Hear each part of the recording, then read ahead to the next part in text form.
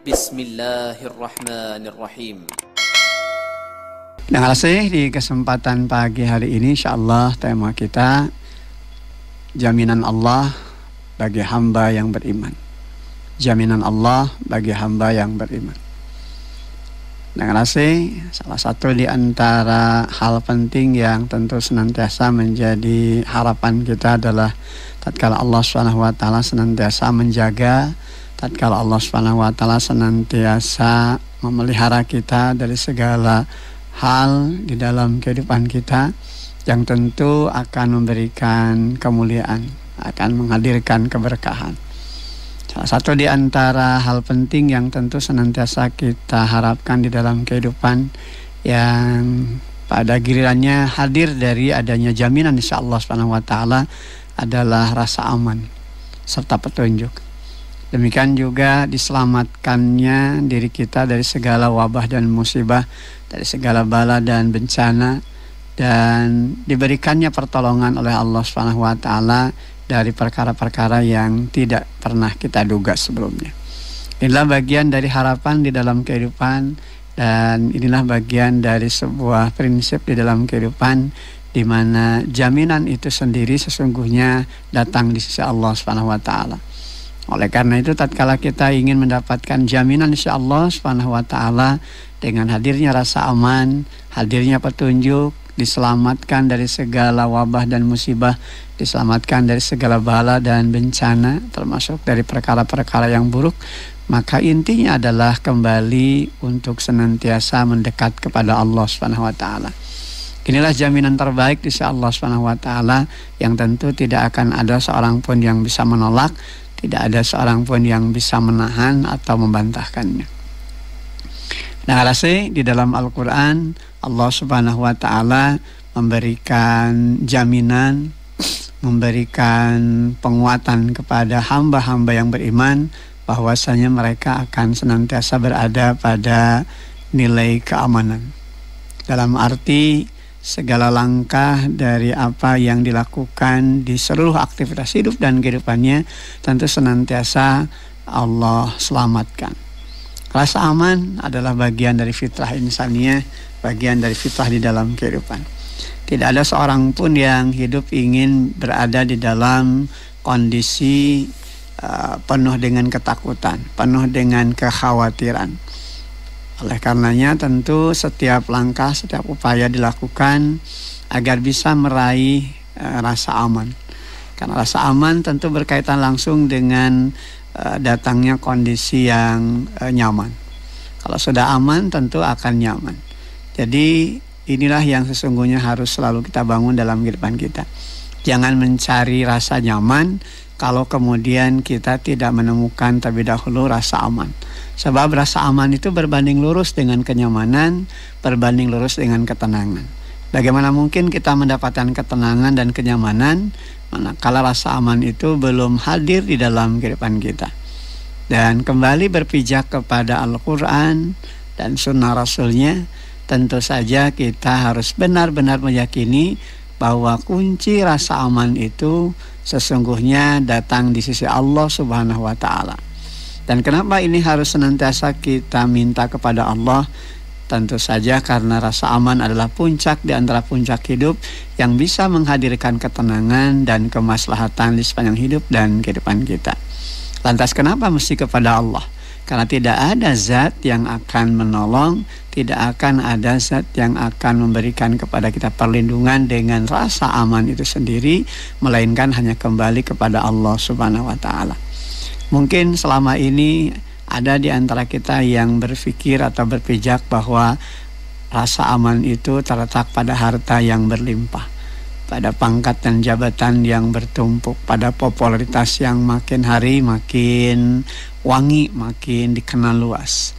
Ternyata apa yang kita anggap itu sebagai bagian dari celah untuk mendapatkan rasa aman adalah sesuatu perkara yang bersifat fana. Tidak ada yang abadi, tidak ada yang kekal. Maka tidak sepantasnya, tidak selayaknya kita minta kepada perkara-perkara yang tidak kekal, pada perkara-perkara yang fana dari kehidupan duniawi.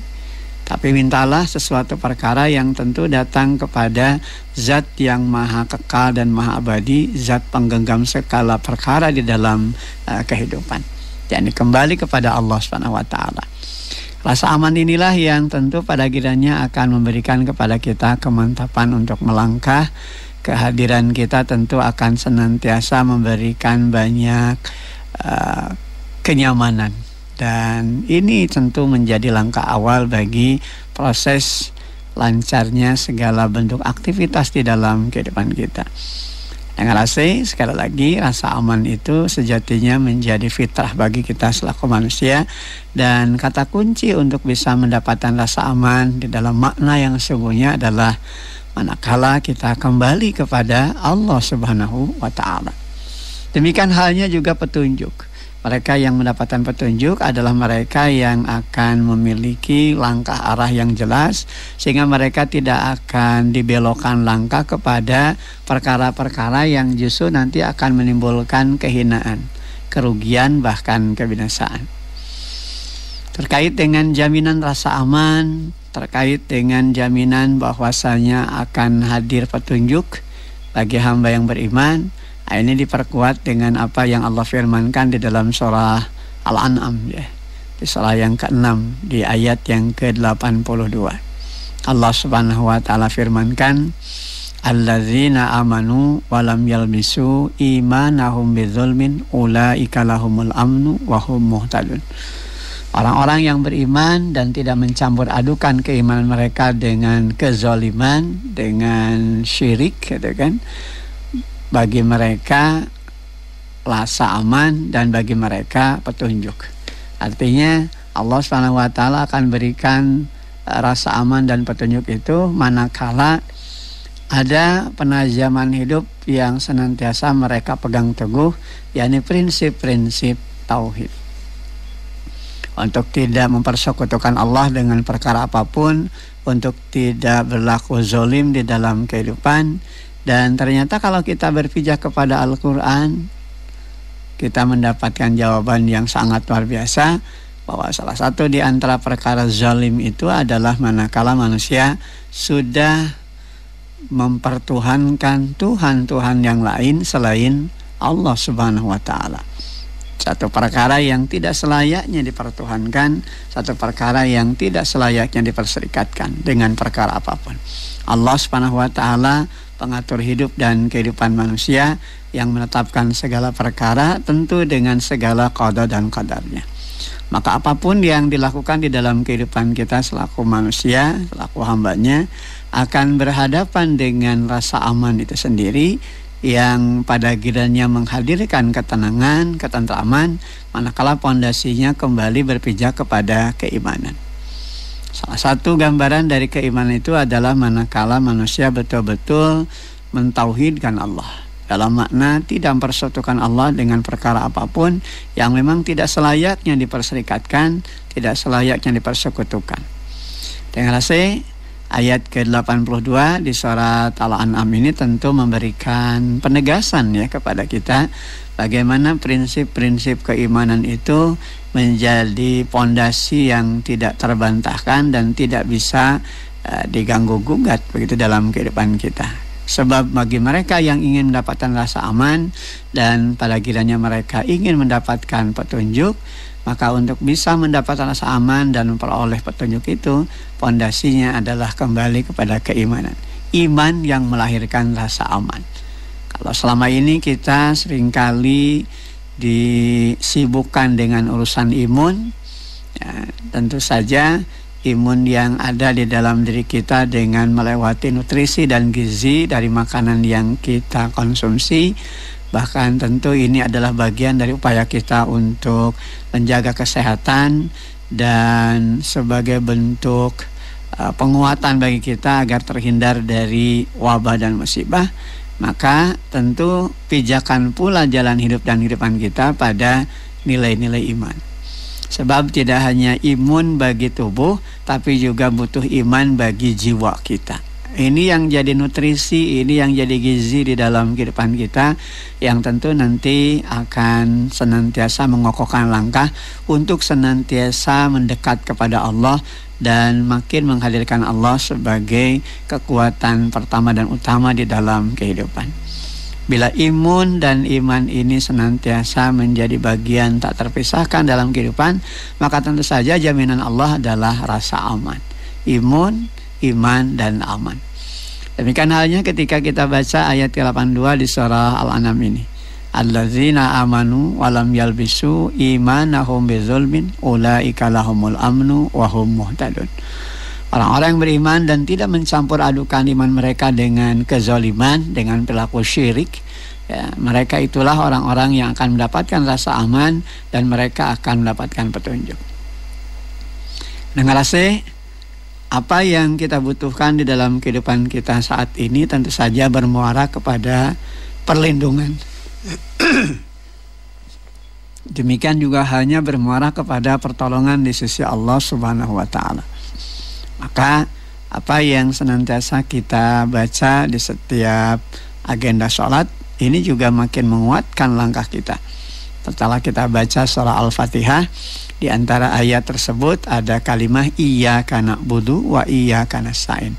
Hanya kepadamu semata kami beribadah, mengabdi dan menghambakan diri, dan hanya kepadamu semata kami mohon pertolongan. Tatkala kita ibadah, tatkala kita menghambakan diri, maka hambakan diri kita hanya kepada Allah Subhanahu wa taala, zat yang layak disembah dan diibadahi. Maka demikian halnya ketika kita mohonkan pertolongan, maka zat yang layak kita mintakan pertolongan adalah kembali kepada Allah Subhanahu wa taala.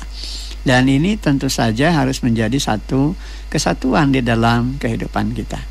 Sebab manakala kita berpaling, manakala kita tidak berpijak kepada aturan-aturan Allah, manakala kita beribadah kepada Allah namun kemudian memohon pertolongan kepada selain Allah dan mempercayakan itu secara penuh, kata orang Sunda sagemlengna, maka tentu saja kita tidak akan mendapatkan keridhaan di sisi Allah Subhanahu wa taala.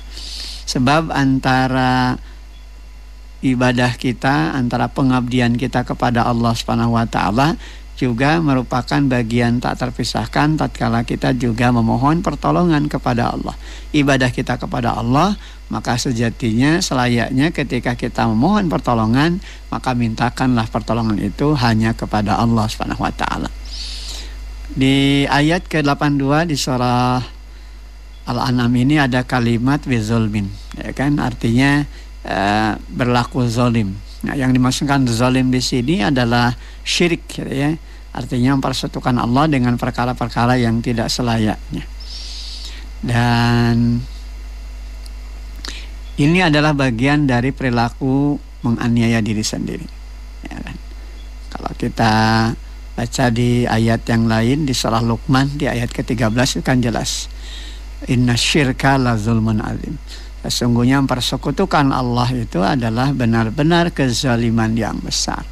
Manakala dia meyakini bahwa Allah Subhanahu wa taala adalah pengatur hidup dan kehidupannya, penggenggam segala perkara di setiap langkah hidup dan kehidupannya, namun kemudian ia masih meyakini ada Tuhan-Tuhan yang lain selain Allah yang bisa memberikan kemaslahatan di dalam kehidupannya, maka tentu saja dia sudah berlaku zalim. Artinya dia sudah benar-benar menganiaya dirinya sendiri. Allah Subhanahu wa taala yang sudah jelas-jelas akan mengatur hidup dan kehidupannya justru tidak dipercaya. Sementara perkara yang fana, perkara yang nisbi, perkara yang bisa rusak dan binasa, yang kalaupun toh dia kuat maka kekuatannya kembali kepada Allah, justru malah diikuti. Maka tentu inilah bagian dari zalimul linafsih, mereka yang menganiaya diri mereka sendiri.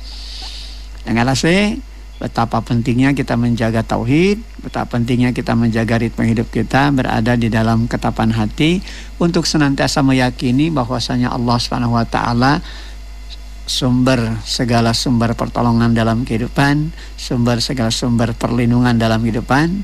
Maka langkah kita, syarat pertama dan utama kita adalah senantiasa beribadah mengabdi kepada Allah dan dimanifestasikan, begitu kan, disosialisasikan dalam kehidupan. Tatkala kita pun meminta pertolongan, maka kita minta pertolongan hanya kembali kepada Allah Subhanahu wa taala.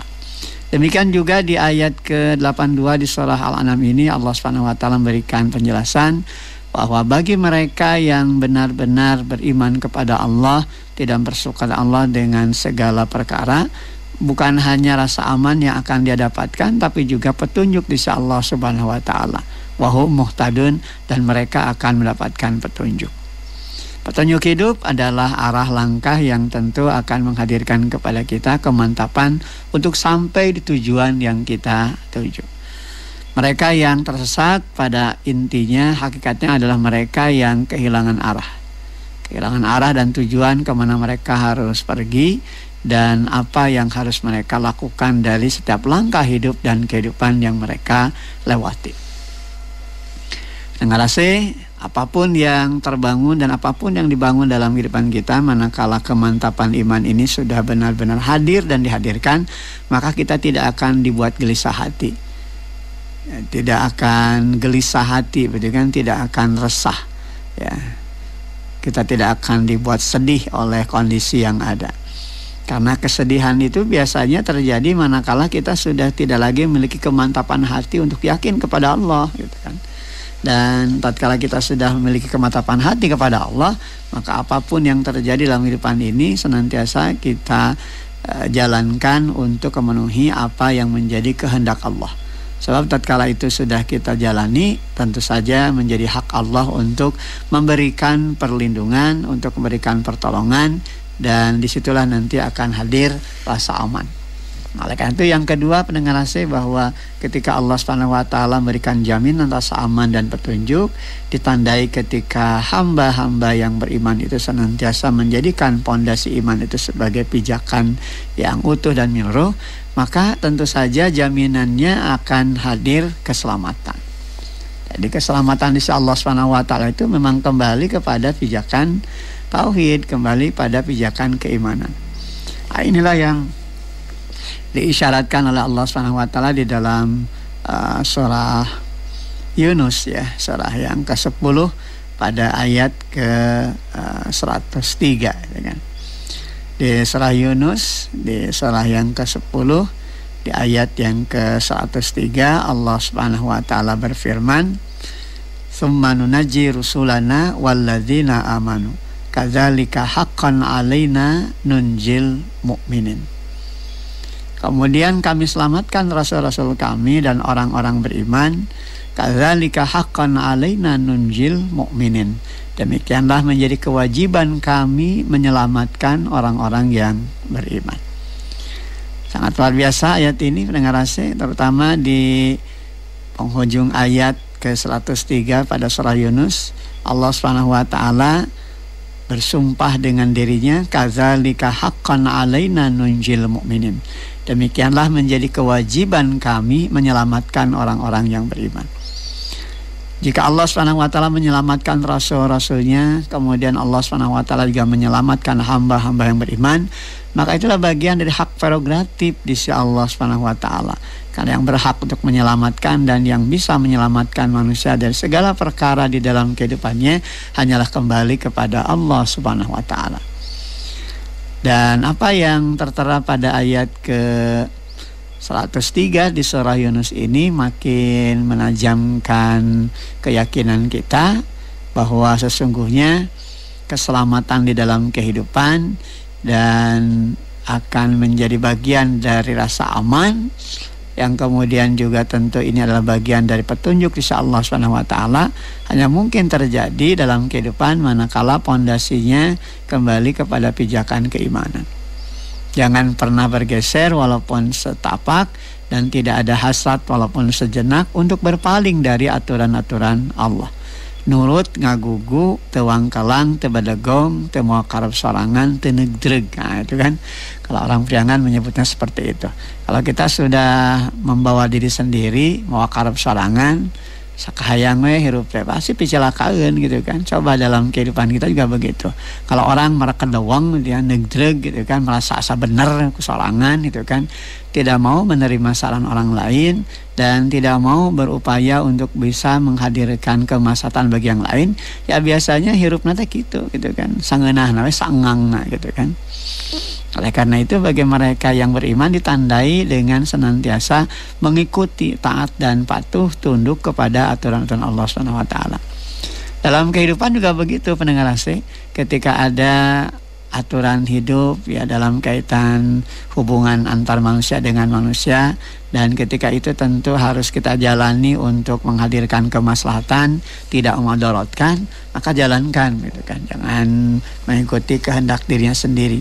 Kalau kata orang Priangan tadi sebutkan muakar sorangan negdeg merkedawang gitu kan, kuma orang we gitu kan, dah prinsip ya mah ya nggak bisa begitu. Kalau memang itu juga prinsip, tentu tetap saja harus dijalankan dengan cara yang ma'ruf, dengan cara yang baik, dan sejalan dengan apa yang dikehendaki oleh Allah Subhanahu wa taala. Ada hal-hal penting yang tentu perlu kita cermati dalam kehidupan ini agar kita tentu senantiasa berada di dalam keselamatan. Bukankah keselamatan itu adalah fitrah, ya kan? Tidak ada seorang pun yang hidupnya ingin celaka. Tidak ada hidup manusia itu yang ingin terzolimi, apalagi kemudian rusak binasa. Pasti dia ingin mendapatkan keselamatan, ingin maslahat, kan, bermanfaat, dan setiap langkah yang dilakukan tentu betul-betul bisa memberikan nilai-nilai kebaikan di dalam kehidupan, yang bukan hanya berkutat pada urusan kebaikan di dunia saja, tapi juga tentu kebaikan di akhirat. Nah, ini akan Allah jamin begitu ya, kadzalika haqqan alaina nunjil mu'minin. Demikianlah kewajiban kami, kata Allah, menyelamatkan hamba-hamba yang beriman. Jadi kuncinya ada di keimanan. Ya, saat sekarang ini kita berhadapan dengan wabah dan musibah. Apa sih yang kita lakukan? Tidak hanya kita berkutat di prokes begitu ya. Betul, bagus itu, dan ini memang bagian dari ikhtiar kita. Itu harus kita perkuat betul, karena bagaimanapun Islam mengajarkan adanya ikhtiyati, kehati-hatian. Salah satu di antara bentuk ikhtiyati itu adalah menjaga diri dari hal-hal yang nanti bisa menimbulkan penyakit, hal-hal yang bisa menjadi sebab terjadinya wabah, ya, tertularnya wabah.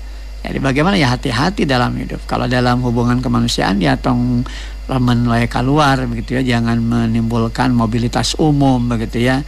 Lamun terpenting-penting mah cicing wae di imah gitu kan. Nah, ini hal penting ya yang harus kita lakukan. Jadi jangan sampai terus begitu ya berada di luar dengan hal-hal yang sesungguhnya tidak memiliki nilai kepentingan yang berlebih begitu ya. Kalau memang ada kepentingan dan itu memang harus dilakukan, ya tentu saja dengan tetap menjaga protokol kesehatan, ya monggo silahkan.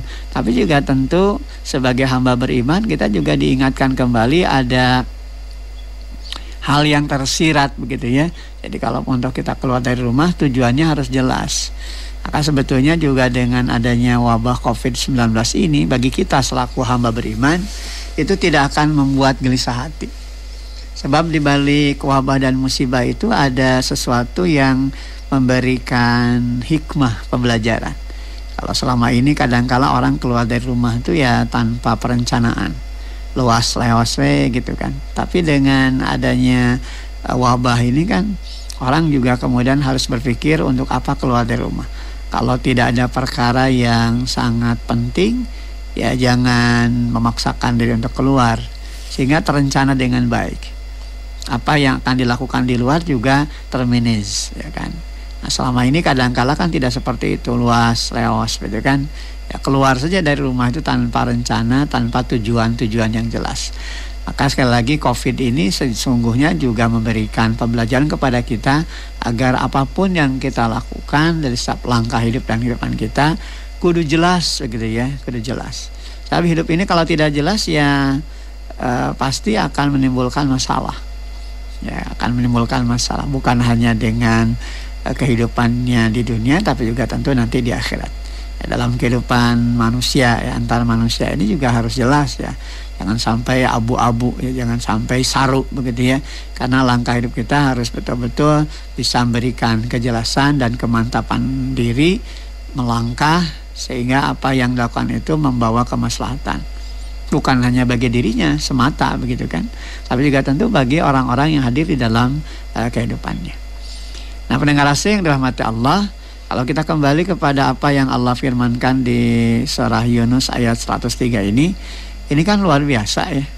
Jadi ketika Allah SWT langsung memberikan jaminan dengan bersumpah atas dirinya sendiri, artinya ini ada kekuatan penting yang tidak boleh kita lupakan.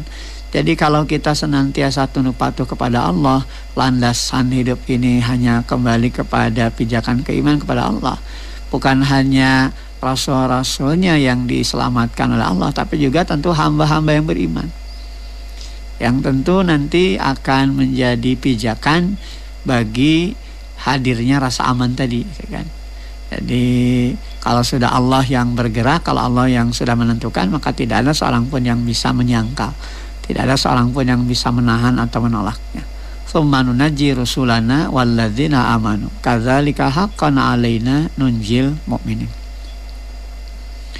Kemudian kami selamatkan rasul-rasul kami dan orang-orang beriman. Demikianlah menjadi kewajiban bagi kami menyelamatkan orang beriman. Allah sampai bersumpah dengan dirinya sendiri, menjadi kewajiban kami, haqqan 'alaina nunjil mu'minin. Jadi kalau kemudian kita sudah beriman kepada Allah dalam makna yang sungguhnya, ya tong sieun tong hariwang, ya, apalagi kalau urusannya hanya urusan kaitan dengan kematian. Kematian itu perkara yang tidak harus kita takuti, namun tentu saja jangan sampai kita juga cari mati, dalam makna langkahkan kaki kita, hidup dan kehidupan kita sesuai dengan apa yang dikehendaki oleh Allah. Kematian adalah kepastian dalam kehidupan, kalaupun kita katakan misteri, tapi pasti. Kullu nafsin dha'iqatul maut tsumma ilaina turja'un. Kemudian hanya kepada kamilah kembalimu. Nah, persoalannya bukan pada kematiannya ternyata. Persoalannya pada kaitan bekal. Kenapa? Tsumma ilaina turja'un tadi. Kemudian kamu akan kembali. Kepada siapa? Kepada Allah. Tatkala kita kembali kepada Allah, tentu tabungan kita macam apa? Tabungan dalam arti manifestasi hidup kita semasa hidup apa? Investasi ibadahkah, amal solehkah, atau jangan-jangan kosong melompong begitu ya? Tidak ada satupun yang kemudian menjadi pijakan keimanan kita kepada Allah Subhanahu wa taala. Wa na'udzubillah min dzalik. Tentu saja kita berlindung diri kepada Allah dari perkara seperti itu. Nah, pendengar AC, kalau sudah mendapatkan jaminan insyaallah Subhanahu wa taala, itu artinya Allah juga memberikan petunjuk, gitu kan? Allah memberikan pertolongan, gitu kan? Dari apa? Dari perkara-perkara yang kita sulit untuk keluar darinya. Problem hidup yang menghimpit. Termasuk kan apa yang selama ini juga sedang digembar-gemborkan gitu ya, terkait dengan pentingnya menjaga kesehatan, kemudian juga berbagai himbauan lain ya, yang pada prinsipnya juga ini harus senantiasa kita jadikan sebagai tolak ukur ya, bahwa rasa aman itu memang menjadi pilar penting di dalam kehidupan. Tidak ada seorang pun yang hidupnya tidak ingin aman. Maka untuk bisa mendapatkan rasa aman ya iman. Iman itulah yang nanti menghadirkan rasa aman. Dan kita sekali lagi tidak hanya cukup imun begitu ya untuk nutrisi gizi tubuh kita, tapi kita juga butuh iman, karena tentu pada gilirannya kita ingin mendapatkan rasa aman.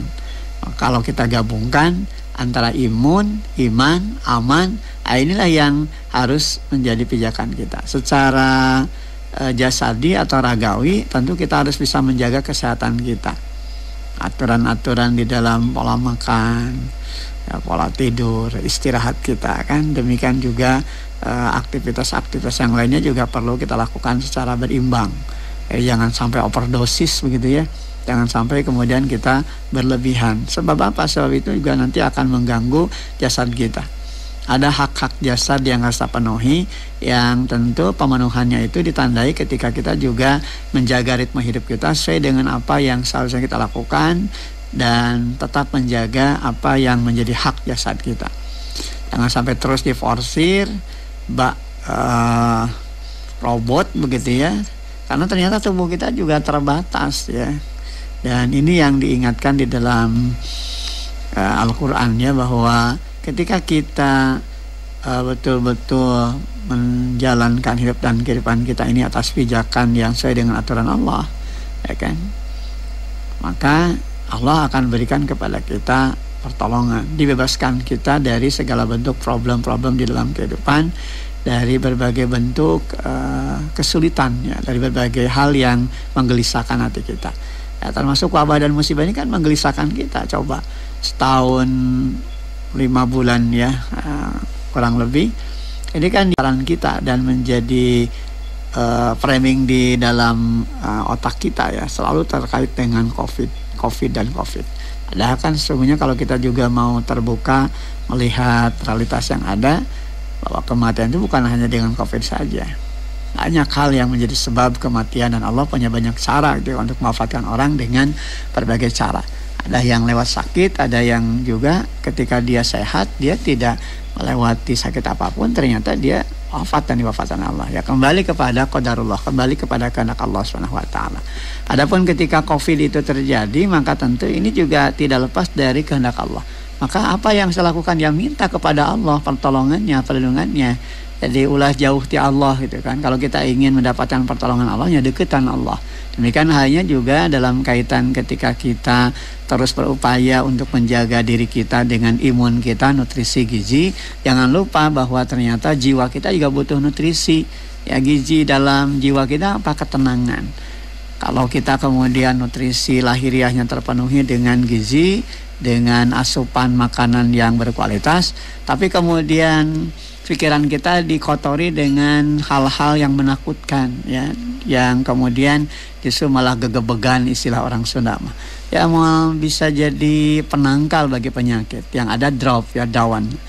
Kalaupun toh kemudian kita diberikan makanan yang bagus, makanan yang baik, kalau kemudian pikiran kita dirusak, ya tentu saja ini tidak akan memberikan ketenangan, dan ketika ketenangan itu hilang, maka itu jadi penyakit, akan buat kita drop. Nah, karena itu ketika keimanan sudah betul-betul berada di dalam jiwa seseorang, maka ini yang nanti akan menjadi jaminan insyaallah untuk mendapatkan Furqan. Ya, ini sebagaimana diungkapkan di surah Al-Anfal ya, ayat 29. Ya ayyuhalladzina amanu, hai orang beriman, in tattaqullah, sekiranya kalian bertakwa kepada Allah, dalam arti taat kepada Allah, yaj'al lakum furqana, saya Allah akan berikan kepadamu furqan. Furqan ini kan maknanya bukan hanya pertolongan ya, tapi juga tentu dibebaskan dari segala bentuk permasalahan. Nah, salah satu di antaranya hari ini ketika kita berhadapan dengan wabah dan musibah, apa yang saya lakukan? Ya, taat kepada Allah, tunduk patuh kepada Allah, dekatkan diri kepada Allah, jangan jauh dengan Allah, minta kepada Allah. Di samping tentu saja apa yang harus kita lakukan dengan jasad kita, menjaga kesehatan kita dengan prokes kita, tapi juga jaga protap keimanan kita. Tatkala kita jaga itu semua, kemudian Allah nanti memberikan janji kepada kita, ya ja'allakum furqanan, saya Allah akan berikan kepadamu furqan. Demikian juga Allah akan menghapuskan dosa-dosamu, ya kan, sayyiatikum wa yaghfir lakum, mengampuni dosa-dosa. Wallahu dzul fadlil azim, dan Allah memiliki karunia yang sangat besar. Pendengar AC, inilah hal-hal penting yang tentu selalu harus ada di dalam jiwa kita. Bagaimana pondasi iman ini harus makin diperkokoh, makin dipertajam, terlebih dalam situasi dan kondisi seperti saat sekarang ini. Kita tidak hanya mengandalkan kepada nutrisi dan gizi salahiliah, tapi kita juga butuh pencerahan batin kita dengan nutrisi dan gizi ilahiyah. Dalam arti kembali proses pendekatan kepada Allah SWT. Jaga iman kita. Tentu saja ketika kita bisa menjaga iman kita, itu juga akan melahirkan rasa aman. Imunnya kita pelihara dengan makanan, minuman yang bergizi dan bernutrisi, tapi tentu saja juga keimanan kita pelihara, jangan sampai bergeser dari apa yang dikehendaki oleh Allah SWT. Tatkala imunnya terjaga, imannya terjaga, ya pasti akan hadir rasa aman. Iman, imun, dan aman. Baik, pendengar AC, barangkali itu yang bisa sampaikan. Kita sampai di penghujung acara kita Mun Pagi. Mudah-mudahan pertemuan kita hari ini tentu senantiasa memberikan motivasi, inspirasi berharga dalam kehidupan kita. Betapa pentingnya kita menjaga ritme hidup kita dengan keimanan, karena keimanan itulah yang dijanjikan oleh Allah akan menjadi pondasi bagi hadirnya rasa aman di dalam kehidupan kita dalam makna yang sesungguhnya. Aku qouli hadza wa astaghfirullah li wa lakum walhamdulillahirabbil alamin. Assalamualaikum warahmatullahi wabarakatuh. Alhamdulillah.